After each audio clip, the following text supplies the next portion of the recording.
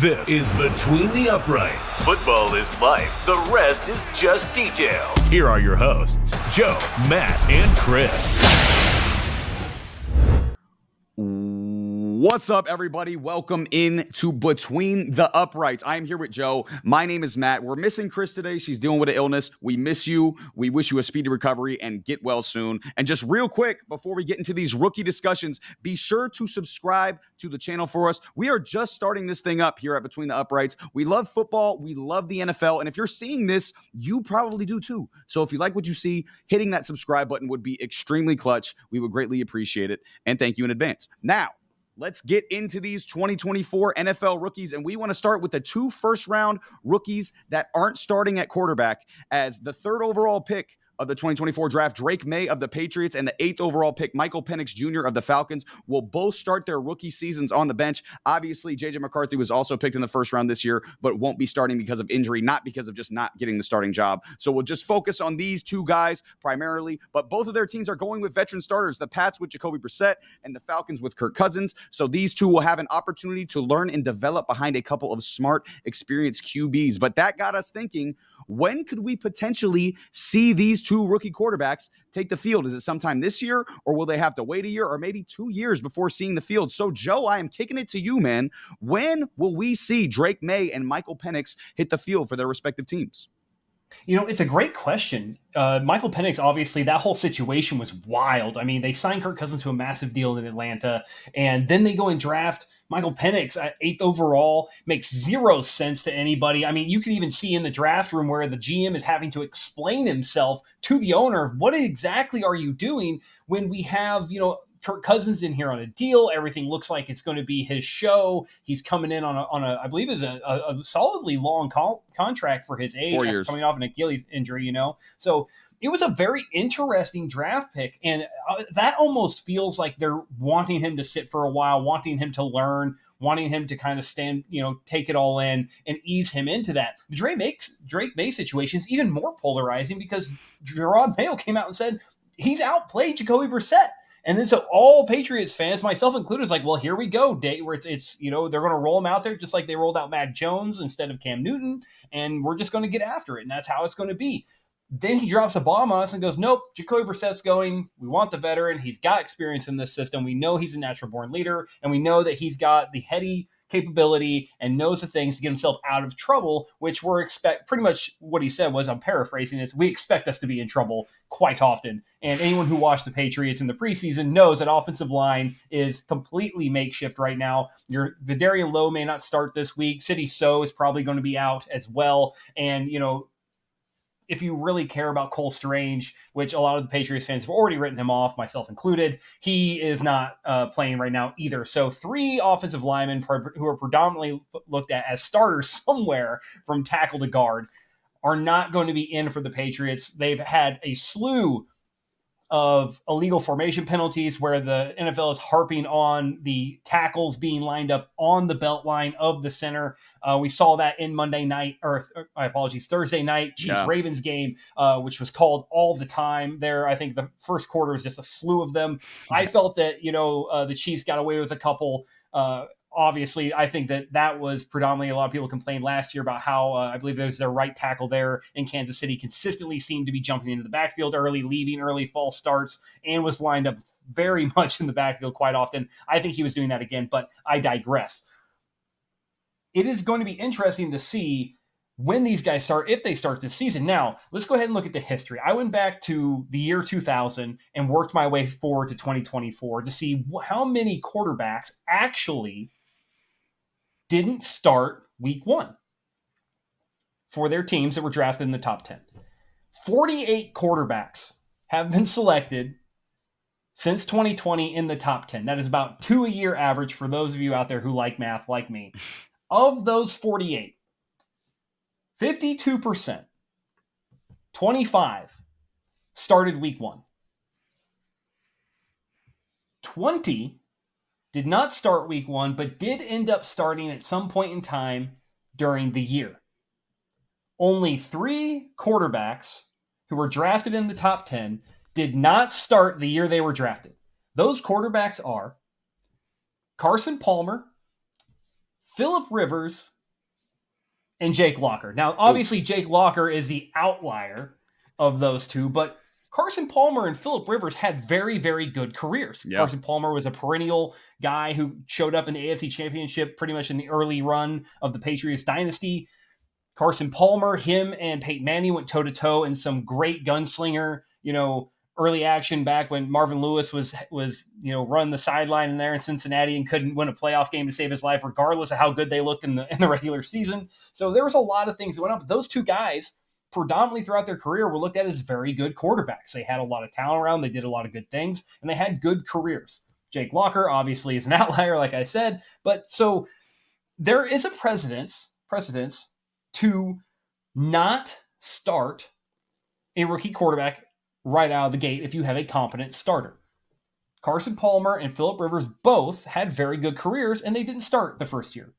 There were situations at both of those teams where you could kind of tell they were working their way through something. They didn't have the things around them maybe, and they wanted to go forward and allow these guys to learn and bring them along slowly. They had, they were raw. They had some things they need to work on, and it worked for them. Patrick Mahomes, he started late his first year following Alex Smith in a very good system, and we have seen how it's worked out for him. There is a good point to starting these guys later and not rushing them in. Now, obviously, we look at Caleb Williams, Jaden Daniels, Bo Nix. They're all in situations where the quarterback options around them were never going to lose to these guys. And so we knew that was going to happen. But there are, points to this where you want to wait a little bit. The real question is when is too long to wait and when is not long enough? For the Patriots, I'm going to focus on them real quick. Your offensive line is atrocious. You have very young wide receiver core. You're the eldest person in the wide receiver core right now who's got the experience and everything else is KJ Osborne. KJ Osborne is the oldest person on that wide receiver core who's playing right now, outside of Kendrick Bourne, who's on PUP and isn't playing for the first 4 weeks. So that means everyone is essentially 25 and younger, has 4 or less years of experience in the NFL, and none of them have been 1,000-yard wide receivers. Your best receiving option is Hunter Henry, who is aging and is a tight end. And then you have a makeshift offensive line and a running back capable of getting 1,000 yards, but who is not going to sniff probably 800 because everyone's going to load the box. And Ramondre Stevenson. That is not conducive to bringing a rookie out on the field. Now, if things change and this improves for them, sure, I can see Drake May starting.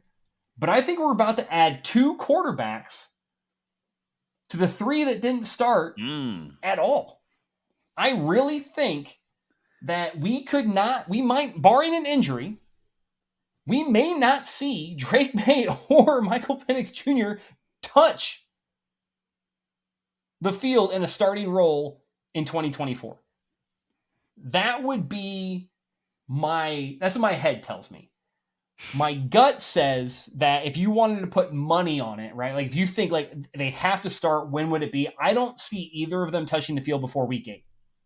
Yep. I would say between weeks 10 and 17 is your sweet spot where you let them sit, you let them run, because you're not winning anything in New England with Drake May or Jacoby Brissett. It's not happening this year. Now, Atlanta, you have talent there. They're going to be competitive in that division. They're probably going to win that division. Oh, yeah. If Kirk Cousins goes down because of that Achilles, you have a shot with Michael Penix. He's the one who could start earlier. He's the one that I would say, barring, with an injury, would succeed and probably not be like, we're always worried about ruining these guys. He's the one that wouldn't be ruined. Right. Drake May will be ruined if they play him this year. Oof, yeah. And the big thing that concerns me about Drake May is not if the coaching staff decide to put him in, because they see everything that we don't see. I just don't want the Patriots fans to pressure the organization and make Robert Kraft go down to the coach's office and tell Gerard Mayo that Drake May is starting. Because we all know come week 2, if this thing looks straight like dog shit, there are going to be chants in the crowd for Drake Maye. 100%. Patriots fans, if you allow that to happen, if you go into Foxborough week 2 and you start chanting for Drake Maye when things start to turn sour, before you get to that point, think about it and shut the fuck up. Yes, please shut up. Shut up. Because that is the worst. Like everyone wanted Mac Jones gone. You are going to ruin this kid if you put him behind that offensive line. He is not, he's not ready, right? He's still working on footwork. He's still working on his outs. He's still working at, reading the defense, making the play change inside of that offense, right? Still working on all those things. You put him out too early, you are stunting his growth. Do not fall into this mainstream media thing that, we need him, we picked him early, he's got to play. Let me be clear, I didn't want to pick a quarterback in the top 5 as a Patriots fan because top 5 players play week 1. I knew that Drake Maye would not play week 1. And therefore, I think it was a reach. Now, would you have got him if you had traded back? Probably not. But I would have been okay with that. Either way, I would say we're probably going to have 5 quarterbacks by the end of the year. Long road, I know, who did not start week at all in a game in their rookie season. They will join Carson Palmer, Phillip Rivers, and Jake Locker, and hopefully have careers closer to Carson Palmer and Phillip Rivers than Jake Locker. Yeah. But yeah, my money is on neither of them see the field outside of garbage time. Man, it's that would be crazy for 20 years to go by. 3 of them don't play, and then 1 year goes by, and then 2 don't play. That would be really, really crazy. And to your point about Patriots fans chanting for Drake Maye after week 2. If Drake Maye goes in there, they're going to be training for Joe Milton by week 4. So it's going to be like there's no good solution with where the Patriots are at right now. We got to take our lumps. We got to say, hey, this is not the year. Let's throw Jacoby Brissett out there, do your thing, see what happens, and then we'll figure out everything that's terrible at the end of the year. But yeah, I agree with you, Joe. This is not the year for Drake Maye to be out there. And listen, I think best case scenario for both of these players and for both of these teams is that these guys do not start a game in 2024. Now, the reason I think the reason that these guys won't start games is the exact opposite. And you kind of talked about it, Joe. And it's a fascinating dichotomy between these two players and their situations. And Joe, I got to give you credit here. You came up with this topic, which I hate giving you credit. It's one of the worst things ever. And I actually think this might man. Well, I actually think this might be my first and only time ever doing it. So good topic, bro. That's the only nice thing I'll ever say about you. But as far as these guys go, okay, Drake Maye ain't starting, okay, because there is nothing around him that is ready for a rookie quarterback to go in and start. You talked about it, Joe. The O-line is bad.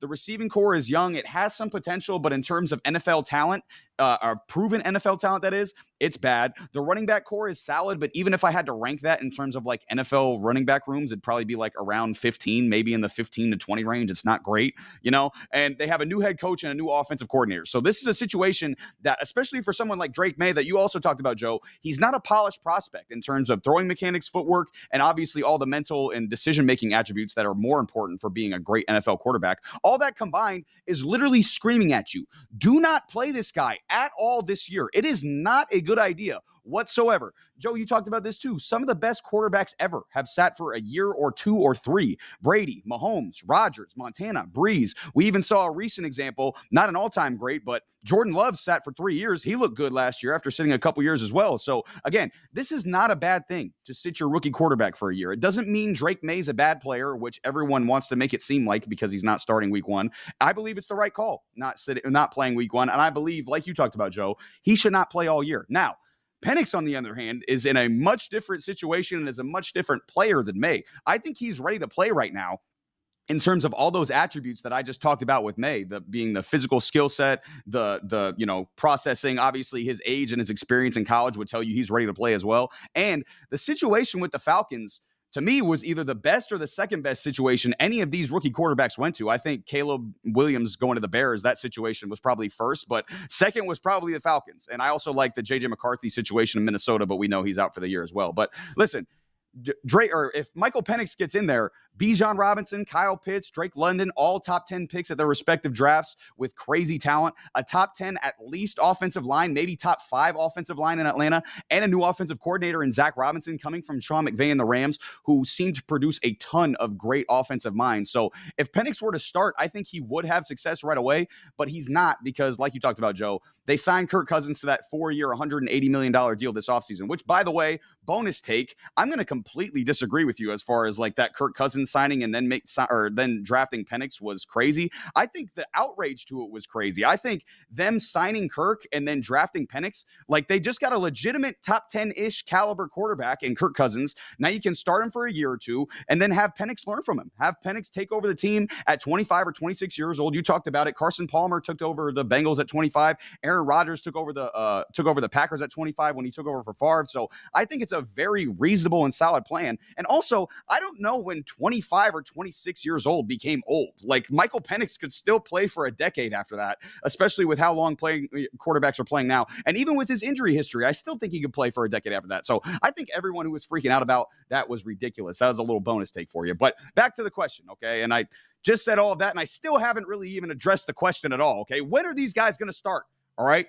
Penix won't this year, like you talked about, Joe, unless there's an injury. Cousins is too good. The weapons, the line, the coordinator, I believe the team will be too good. I think the Falcons are easily the best team in that division this year. So I don't think they'll have a reason to start Penix this year unless Cousins get hurt. So I believe that this entire year will give the Falcons incentive to play Cousins again next year. So I think after next year, I think the first time we're going to see Michael Penix Jr. is in 2026. So I think it's going to be 2 years before you see Michael Penix Jr. start. So if you're waiting on Penix to start this year or even next year, unless there's an injury, it's not going to be until 2026 to me, which is probably what the Patriots should do with Drake Maye. But I'm going to disagree with you, Joe. I don't think the Patriots are going to have that much patience. I think they're going to succumb to the fans chanting for Drake Maye after week 2. They're going to throw Jacoby Brissett out there where I don't remember who said this, but someone said Brissett was going to be used as a crash test dummy this year, which is wild, pretty disrespectful, and also entirely accurate because that's exactly what he's going to be for the Patriots this year. Because listen, Brissett ain't that good and everything around him ain't that good either. So at some point this year, Drake Maye will be starting for the Patriots, even though I think it's an awful idea. The Pats bye week this year is week 14. That is the latest a bye week can possibly be. And it's typical when looking to transition to your rookie quarterback, you do it during the bye week. And if they wanted to go to Drake Maye at some point this year, I think after the week 14 bye is probably the best time. The first game out of that bye is at the Cardinals. Obviously, the Cardinals don't look to be a super. They might surprise guys and be a high level defense this year, but they don't look like a high level defense. And then they have at the Bills, which is obviously tough, home to the Chargers, and then home to the Bills. So there's a few tough games in there, but it's only 4 games. And after sitting for 13 games, having the bye, and then out of it as the starter versus the Cardinals, I think that would be a solid plan if you do want to start him this year. And then, I mean, if you just look at the Patriots schedule, like there's not a lot of better plans than that as far as like if you want to start Drake Maye this year. However, when I actually think he's going to start, Joe, you talked about it, and they're not going to start before week 8. I think he'll start week 9 at the Titans. I think you look at their schedule, they have a very tough, the Patriots, that is, a very tough early season schedule. Obviously, they start at the Bengals, then it's home to the Seahawks, at the Jets, at the Niners. I think they are the dumbest people alive, that being the Patriots, the dumbest people alive. If he's on the field at the Jets and at the Niners against those defenses, and especially at the Jets, at MetLife, that takes every single Achilles and ACL known to man. So I think that is a horrible idea if you're the Patriots to start Drake Maye before week 5. And then after that, you put them in a couple games, you might put them in because they're at home a couple weeks, but it's versus Miami and then versus Houston, not ideal. And then they go over to London to play the Jags. That's too weird to make your first start in the United Kingdom. I don't like that either. And then it's at home against the Jets. Again, I don't think that's a very good idea against that defense. And then you get to week 9 at Tennessee, where finally he'll have an opportunity to have some success against a Tennessee defense that doesn't look to be that good this year. So I think that's when we'll see Drake Maye this year. I think it's going to be week 9 at the Titans, even though he shouldn't play at all this year, and it should be week 15 at the soonest if he doesn't. But I think that's when we'll see Drake Maye, and I don't think we'll see Michael Penix for a couple years, frankly. Yeah, the Penix, playing 2026 makes sense. I mean, they've signed Kirk Cousins. We already know that contract. It's a lucrative contract. It's a big contract. It would make sense purely from that standpoint, from a financial standpoint, for them to not let him play until that contract is either, voidable in some way, guaranteed money runs out. They're able to get rid of that in some way, restructure it some way, and then allow Penix to take over. I think it's a good situation. That is a young team. They're still developing. They can get more talent around him, and I like that perspective. The Drake May portion, it is very possible we see him by week 9 because I don't know if Jacoby Brissett, who has already, had consistently, I'm pretty sure just about every time he's been somewhere where he's been a starter, he's had health issues. He's gotten hurt. He's gotten banged up. He's a tough dude. But with what I've seen already, he's, nursing a shoulder injury he got in the final preseason game against Washington. And he played 4 snaps. He didn't look all that great in the preseason anyway. So now he's already got an ailment. You're bringing him in. They're going up against Cincinnati week 1, which has just a crazy, crazy pass rush. And some of the best pass rushers in the league are on that front 4. It is very possible we see him. Do I want to see him? No. Is it possible that we do? Yeah, I could see that. I think week 9 would be a little earlier than I'd really want to, but I don't think we're going to get a choice. I don't think the coaching staff in New England is going to get a choice. But I could go ahead and say one other thing here to kind of drive it in a different direction. What if they look at this, they look at Drake May, and Jacoby Brissett does get hurt, and they go, do we really want to put out our 3rd overall pick behind this shitty offense that damn near has already killed Jacoby Brissett and mortgage his future and our future and the capital we've invested in him over the next 8 weeks? Or do we roll out there with another raw prospect who's also been learning, had that same thought, who also shown flashes, and we go ahead and we roll out Joe Milton III, who's a little bigger, a little more solid, can take a hit, it's a little mobile. We put him in and we just let him go out there instead. And I know what mainstream media would say if that happened. They're going to be like, Joe Milton's past Drake May on the depth chart. He's going to be the starter. And they're going to blow it out of proportion. And Boston fans, Patriots fans are going to eat that shit up like Zeke back in the day. All right? Like, you have to understand where this team is. Like, I scroll Instagram all the time. I'm always on there. I'm always looking at the news. I'm always checking out what people are posting. There was a Patriots post that asked what people thought the record would be. Now, I understand some of these are trolls. However, the amount of people who thought that this team would be above 500 blew my mind. If I'm telling you wholeheartedly, as I'm sitting here in my Gronk jersey, wearing my Patriots hat, if they win more than 3 games this year, it's a successful year. Oh, yeah. Okay? The only way this year is not a success in my book is if A, Drake May gets hurt, or B, Drake May gets hurt. Yep. Okay? Like, we could lose every fucking game. Get the number 1 overall pick in the 2025 draft, and it would still be a success for me. 100%. If Drake May is healthy and has had the time to learn. Yep. As long as the shambling corpse of Jacoby Brissett is able to go out there under center, hike the ball, and hand it off to Ramondre Stevenson, or whoever else is able to catch the ball, keep Drake May firmly on the sideline with a headset on. 100%. That's all I want. 100%. That is the best way. You don't get anything out of this by rushing him out there.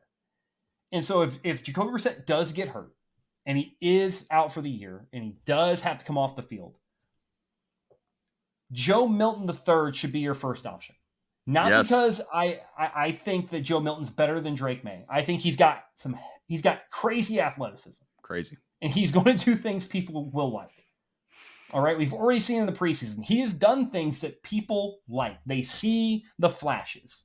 They've seen it in training camp with his back flips and everything else. How far he can throw a football. Putting Joe Milton out there this year instead of Drake Maye protects your investment. If it comes to that. I pray that neither of them have to see the field and Jacoby Brissett is able to make it through this year. Mm-hmm. I don't expect the Patriots to throw the ball more than 20 times a game. And they're going to be quick throws. This offense will not be good. They will be 25th or lower in yards, points, efficiency, third down conversion percentage, everything. They're going to be at the bottom. It's by design. That is not what you want to throw a rookie quarterback into. Just saying. But if he does play, it will be sometime towards the end of the year. Week 9, I think, is a little early, but it's a possibility. It's I think May's gonna see the field, but I had that same exact thought that you had, Joe, about Joe Milton. Like let's just weigh the pros and cons here, right? Obviously, the media, like you said, the media is gonna blow it up and it's gonna be like, oh, Joe Milton's better than Drake Maye. But let's say Joe Milton goes in there, right, and he gets crushed because the Patriots have very little offensive talent, right? He's a 6th-round pick. There's nothing, you didn't hurt anything by Joe Milton getting out there, as far as, like you said, Joe, protecting your investment. There's nothing hurt by Joe Milton going out there and struggling. He's a 6th-round pick. There's nothing really high expected of him, right? They picked him in the 6th round for a reason, right? He was available for a reason. He's very inconsistent. He shows all the flashes. He just can't put it together consistently while he's in the game, right? So, again, if he goes out there and struggles, so what? He's a 6th-round pick. He's a rookie, whatever. If he goes out there and succeeds, now you have a major trade chip that you could potentially use as well for Joe Milton, because Joe Milton has, like we just talked about, he's got all the tangibles. He's got the arm strength. He's got the speed. He's got the athleticism. He's got everything that today's NFL is looking for in a quarterback. He's got the size. He's got everything that you're looking for in today's NFL. So if he goes out there and succeeds, right, even if it's just like they're losing games, but he looks good and puts up good numbers, there's going to be 10 teams that are offering really, really good packages for Joe Milton this offseason as far as trade goes. And even too, this isn't going to happen, but even too, if Joe Milton plays so well that it's like, hey, we want Joe Milton to be our franchise quarterback, then people are going to do the same thing for Drake Maye, so it's like, when you really think about it, playing Joe Milton doesn't have that many downsides for the Patriots. However, I don't think there's any chance that they do that because of all the shitstorm that's going to come back on them if they choose to do that. But I think playing Joe Milton would actually be a really, really smart play from the Patriots. It's just not going to happen. So I really love that idea. I thought about that the other day as well, Joe. I was like, man, I think if things don't go well with Brissett, I think Joe Milton would be a great option for him. Absolutely. And, like you said, not going to happen. It's definitely a fever dream, and the Patriots fan base is too volatile to be able to accept that emotionally.